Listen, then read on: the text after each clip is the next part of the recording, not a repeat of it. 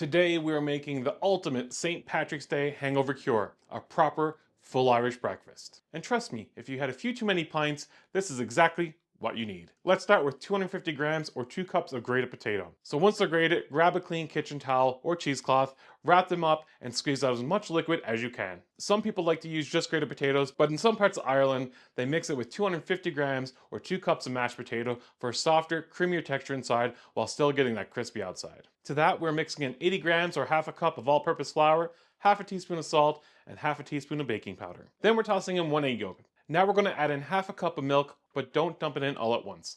Start with about half and then mix and add more as needed to get a nice wet batter. You want it to be thick but still spreadable. Kind of like this right here. It's loose but it holds its shape.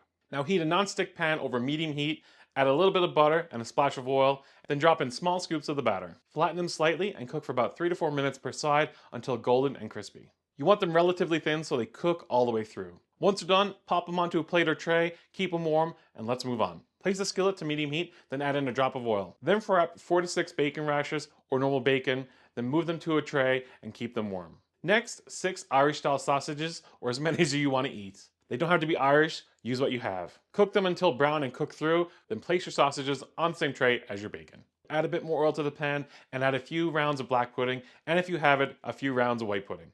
Fry them for about 2 minutes per side until crispy on the outside. Once your puddings are heated up and crispy, remove them from the pan and place them with the bacon and sausage. Now, using the same pan, because we're keeping all that flavor from the meats, goes in a knob of butter and some oil. Then toss in 1 cup of mushrooms and a pinch of salt. And if you got some fresh thyme, toss that in as well. Now let those mushrooms cook down until those flavors are concentrated and nice and browned.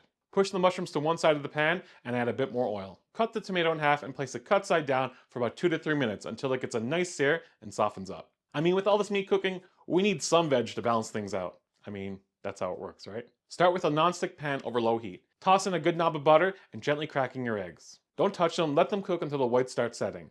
Then tilt the pan slightly to gather the butter to one side. Now, we're not going to flip these eggs, we're actually going to baste them with the butter. Take a spoon and start basting the hot melted butter over the eggs. After about 30 seconds of basting, your eggs are set and your yolks are still runny. Place the eggs on a plate and season with some salt and garnish with some fresh chives. Then add our crispy boxty, our sausages, bacon, black puddings and white puddings, tomatoes and mushrooms. Plus, don't forget a couple slices of toasted soda bread or brown bread for dipping your eggs. And of course, a strong Irish tea or coffee to fix whatever happened last night. Or if you want to keep the party going, another Guinness also goes well with this. I'm a Newfoundlander with strong Irish roots, and in Newfoundland we do things a little bit different. So I'm throwing in a couple slices of fried bologna, also known as Newfie steak. Now you got yourself an Irish Newfoundland breakfast, something very similar to what I grew up on as a child.